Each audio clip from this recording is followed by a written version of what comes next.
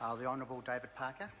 Chairman, the first issue I would like some clarification from the Minister and the Chair relates to Clause 57 of the bill and the effect of the Harmad decision, which came out after the drafting of this legislation on declaratory orders. And this point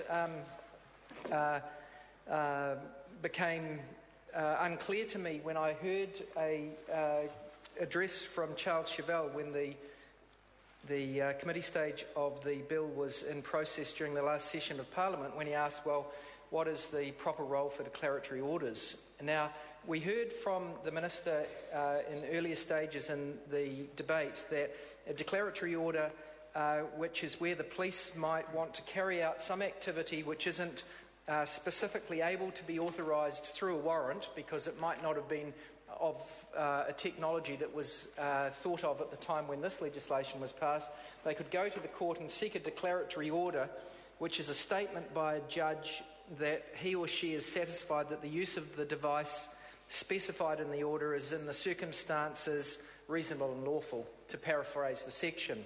And Charles Chevelle quite rightly raised the question as to whether this was an appropriate power at all, which made me think about, well, what's the effect of Harmad on this? Because this was actually drafted at a time when the advice that we had at Select Committee, and the Honourable Chester Burrows and the Chair in the Minister's Chair will remember this because he was Chair of the committee at the time, we were being told at Select Committee that where there was no express power because a technology was not in existence at the time the statutory provision conferring the warranted powers was enacted, then there was a residual power arising from common law for the police to do it anyway. Well, that was thought by the Law Commission to be a bit loose, and so officials in the Law Commission came up with a precursor to this declaratory order form, and now this form, to actually give some process to try and cause some judicial oversight of these new processes. But of course, Harmad came along and said that there is no such thing as an unwarranted trespassery power of surveillance. So you can't get a declaratory order I would say to the Minister and the Chair and ask him to respond, how can you get a declaratory order in respect of something which is now illegal in light of Harmad? And I would say then that the only way in which the declaratory order process can be of any utility is in respect of non-trespassery procedures, because trespassery procedures that are not authorised expressly in any form of legislation are, according to Harmad, illegal. They're in breach of the Bill of Rights. So, except to the extent that there might be some exercise of judicial discretion not to exclude evidence because of the seriousness of the crime, it seems to me that in respect of trespassery surveillance operations, this is a useless clause, because Harmad has overtaken our understanding of the law as it was explained to us at Select Committee. I ask the Minister and the Chair to advise me whether I am correct in that analysis, and he being a learned man and a former policeman, I think he might agree with me. Mr. Chairman, the other issue I want to address relates to the supplementary order paper in my name, which is an amendment to clause 69(1)(a) of the bill, and it suggests that the Serious Fraud Office Director be made by this amendment an enforcement officer for the purposes of obtaining a production order, which would then mean that all of the protections, such as they are in this legislation relating to production orders that are sought by the police, would flow through to production orders sought by the Serious Fraud Office. Mr. Chairman, I don't know if you were in the chair at the time when we were last having this debate. I think you were, but you will be aware that there is a residual concern of the opposition that even if you accept, and I heard the New Zealand First contribution in respect of production orders and examination orders in this context, production orders, even if you accept that production orders might be justified sometimes, they are never justified without appropriate protections of media freedoms. And that's what this amendment, Mr. Chairman, David Parker. that's what this amendment seeks to address by making the protections that apply in respect of production orders sought by the police, making those same protections apply in respect of production orders sought by the Serious Fraud Office. Mr. Chairman, since then, that we've had those early stages in the debate, we've had some editorials come out from the major newspapers in New Zealand who've been considering these issues. And I would like to reflect on what a production order does. Again, a production order effectively requires the person who is served with the production order to hand over documents. They don't have a discretion. They must hand over the documents to the police and also at the moment to the Serious Fraud Office with the police. The police have to get a warrant. The warrant has to be from a judge. The person can claim media privilege, and there are certain protections inadequate in the view of the press in respect of police actions, but none of those protections arise in respect of the Serious Fraud Office. So what does the New Zealand editorial of the 8th of March say? And I'll just read a couple of extracts to you, Mr. Chairman.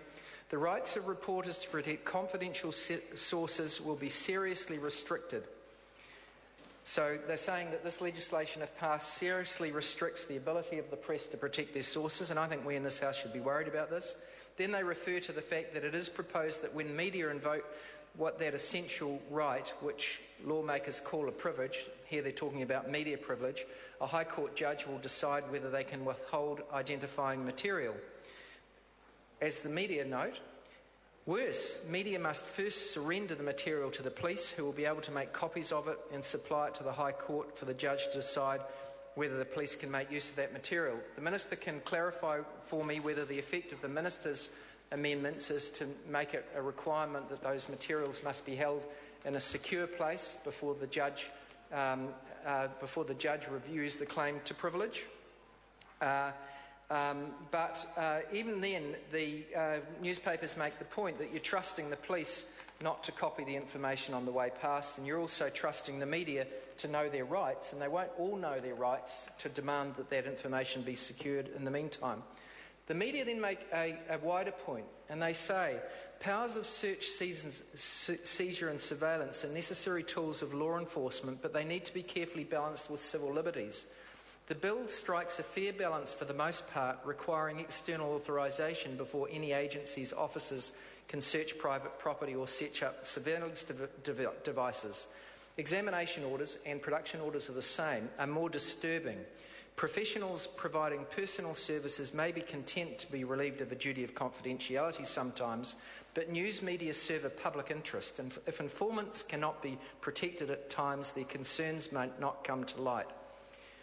So they're saying that there is a special case to be made for the media because there's a public interest in preserving the confidentiality of media sources, because there's a public interest in those bad stories that they might reflect poorly on governments or other powerful people in society, but they nonetheless ought to come to light for the long-term protection of the health of our democracy. Then they go on to say, look, there's another thing here, and I quote, "News media are no different from the ordinary law-abiding person when it comes to rights and freedoms. When laws are proposed that need to provide special treatment for media, it's usually a warning for everybody's rights." And can I pay tribute to the comment that we had from the New Zealand First speaker before, because this is effectively what he's saying. And I'm going to repeat that because I think that's quite an important point. News media are no different from ordinary law-abiding citizens when it comes to rights and freedoms. When laws are proposed that need to provide special treatment for media, it's usually a warning for everybody's rights. The right to silence is a cornerstone of civil liberty. This bill goes too far. It's what the New Zealand Herald says. This bill goes too far, according to them, in respect of police powers, even with the protections around it. And I'm sure they would agree that in respect of the Serious Fraud Office, the issue is even worse, because those protections that exist in respect of the police exercise of powers in respect of production orders are not there for the Serious Fraud Office. And that's what my amendment tries to make a little bit better. It doesn't take away the power for the Serious Fraud Office to get a production order, but it does say that for the purposes of this legislation, for the purposes of obtaining a production order, the SFO director is an enforcement officer and all of the provisions in the Act which apply to the Commissioner in respect of production orders apply to the SFO Director. Charles Chevelle. Thank you, Mr Chairman. Mr Chairman, I